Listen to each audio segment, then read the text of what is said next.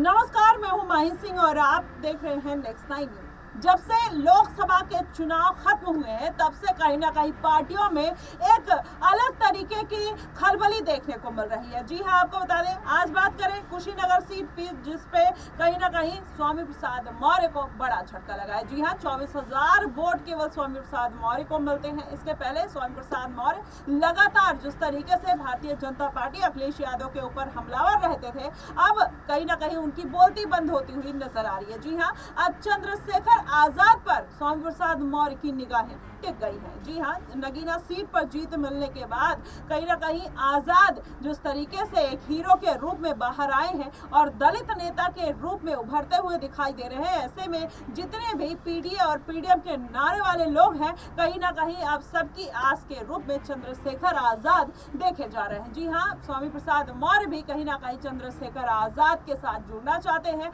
और उनके लिए कहीं ना कहीं अब एकमात्र विकल्प बनकर रह गए हैं। वहीं अगर बात कर लिया जाए मायावती की, पल्लवी पटेल की, या फिर अगर बात करें तो कहीं ना कहीं अब सबकी निगाहें चंद्रशेखर आजाद पर टिकी हुई हैं और जनता की जो आस है कहीं ना कहीं चंद्रशेखर आजाद से बढ़ती हुई दिखाई दे रही है। जी आपको बताएं, लगातार चंद्रशेखर आजाद जनता के बीच में फेमस हो रहे हैं, लगातार जनता उनको सपोर्ट करते हुए नजर आ रही है। तो ऐसे में बात यही निकल कर आ रही है कि आने वाले दिनों में चंद्रशेखर आजाद कहीं ना कहीं अपनी एक पैठ बनाएंगे और छोटे छोटे गठबंधन को साथ लेकर एक बड़ी पार्टी के रूप में उभर सकते हैं। वहीं अब जनता ये भी चाहती है कि मायावती के साथ अगर उनका गठबंधन हो जाता है तो कहीं ना कहीं चंद्रशेखर आजाद को एक बड़ी पार्टी का साथ भी मिल जाएगा और मायावती का उनके सर के ऊपर हाथ भी। लेकिन क्या ऐसा होता हुआ नजर आएगा? स्वामी प्रसाद मौर्य जिस तरीके से टकटकी लगाकर कहीं ना कहीं चंद्रशेखर आजाद की तरफ देख रहे हैं, चंद्रशेखर आजाद अगर उनको अपनी पार्टी में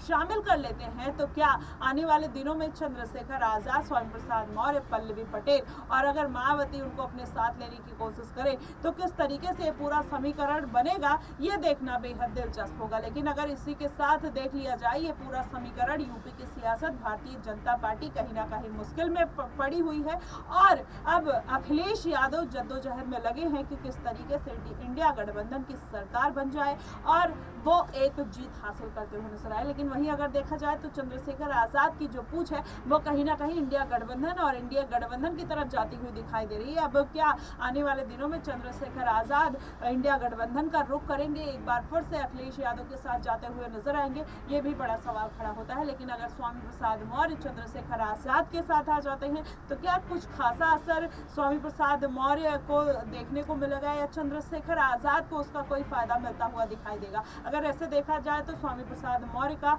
चंद्रशेखर आजाद को किसी भी तरीके का फायदा नहीं मिल सकता है, क्योंकि स्वामी प्रसाद मौर्य जिस तरीके से 24,000 वोटों पर मात्र सिमट कर रह गए, तो ऐसे में माना यही जा रहा है कि वो अब कहीं ना कहीं राजनीति के अंतिम पड़ाव पर जाते हुए दिखाई दे रहे हैं। फिलहाल आपका क्या कुछ कहना है, आप हमें कमेंट बॉक्स में जरूर बताइएगा। फिलहाल के लिए बस इतना ही। देश और दुनिया की तमाम खबरों के लिए हमारे साथ बने रहिएगा।